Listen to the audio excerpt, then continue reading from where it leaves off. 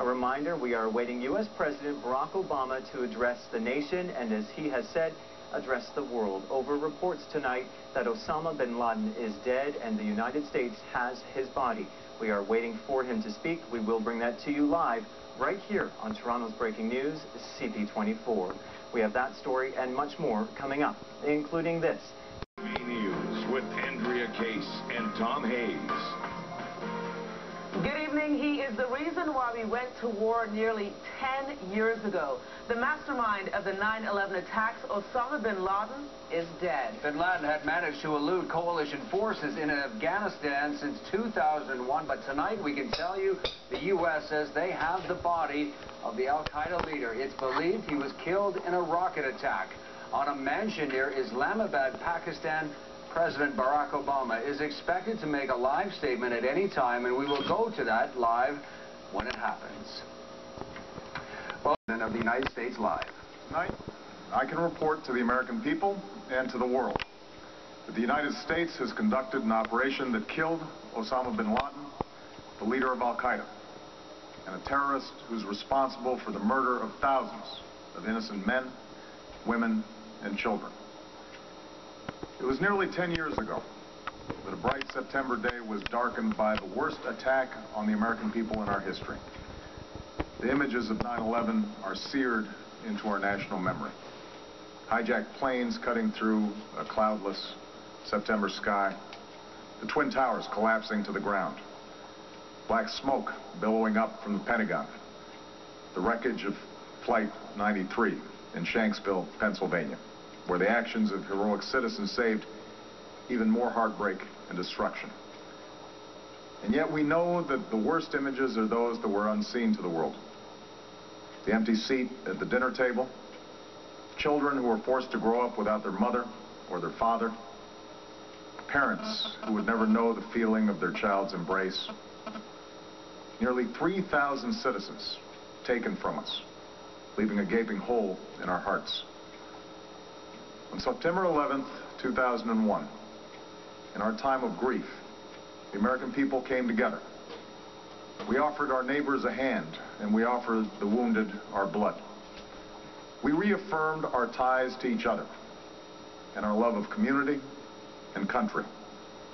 On that day, no matter where we came from, what God we prayed to, or what race or ethnicity we were united as one American family.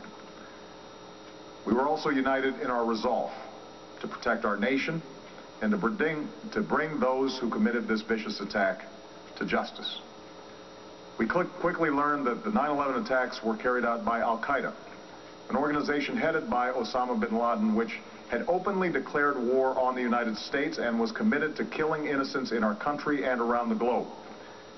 And so we went to war against al-Qaeda to protect our citizens, our friends, and our allies. Over the last 10 years, thanks to the tireless and heroic work of our military and our counterterrorism professionals, we've made great strides in that effort. We've disrupted terrorist attacks and strengthened our homeland defense. In Afghanistan, we removed the Taliban government, which had given Bin Laden and al-Qaeda safe haven and support. And around the globe, we worked with our friends and allies to capture or kill scores of al-Qaeda terrorists, including several who were a part of the 9/11 plot. Yet, Osama bin Laden avoided capture and escaped across the Afghan border into Pakistan. Meanwhile, al-Qaeda continued to operate from along that border and operate through its affiliates across the world. And so shortly after taking office, I directed Leon Panetta, the director of the CIA, to make the killing or capture of bin Laden the top priority of our war against al-Qaeda, even as we continued our broader efforts to disrupt, dismantle, and defeat his network.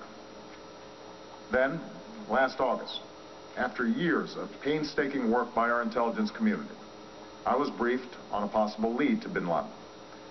It was far from certain, and it took many months to run this thread to ground. I met repeatedly with my national security team as we developed more information about the possibility that we had located bin Laden hiding within a compound deep inside Pakistan.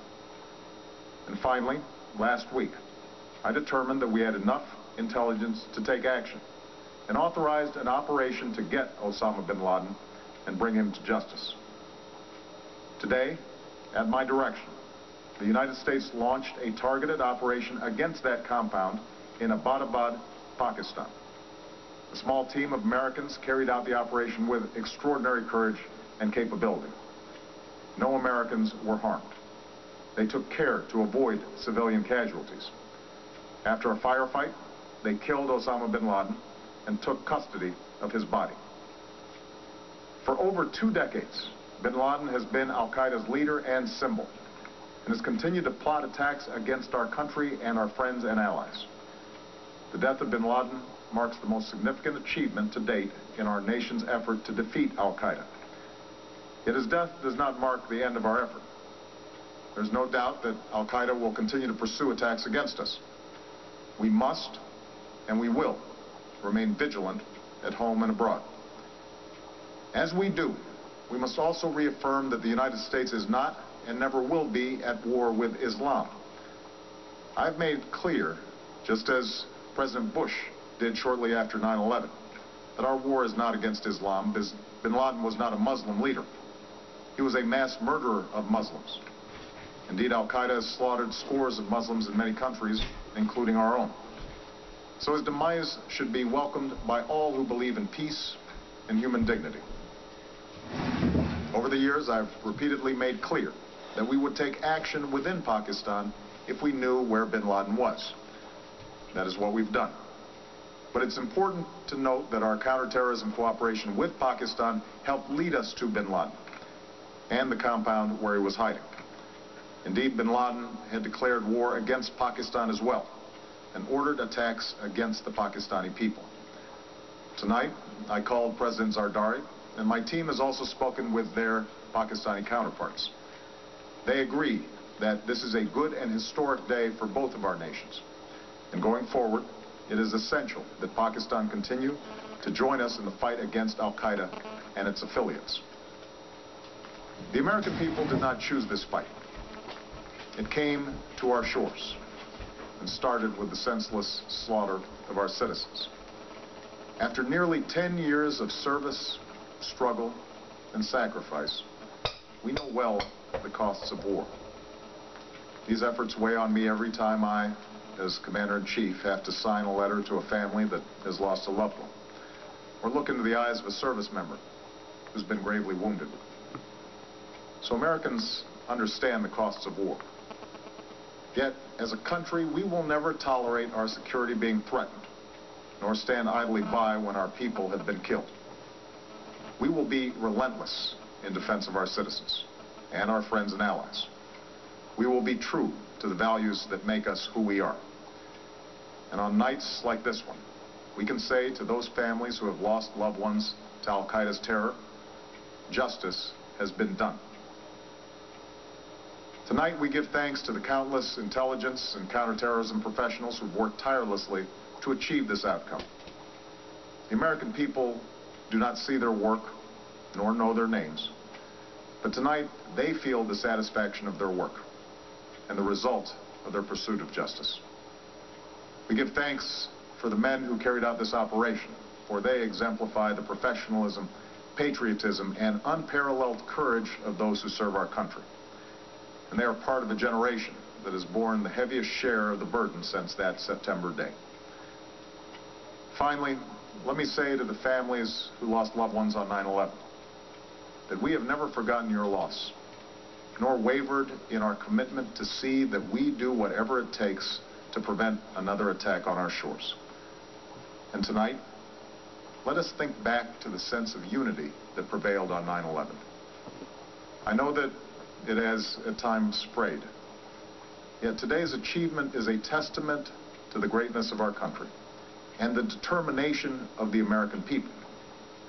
The cause of securing our country is not complete, but tonight we are once again reminded that America can do whatever we set our mind to. That is the story of our history. Whether it's the pursuit of prosperity for our people or the struggle for equality for all our citizens, our commitment to stand up for our values abroad, and our sacrifices to make the world a safer place. let us remember that we can do these things not just because of wealth or power, but because of who we are. One nation, under God, indivisible, with liberty and justice for all. Thank you. May God bless you. And may God bless the United States of America. A historic moment unfolding right in front of us live here tonight. Just to recap, U.S. President Barack Obama announcing that American soldiers have killed Osama Bin Laden in Pakistan, and they have his body. This comes 10 years after the 9/11 attacks. We'll be back right after this.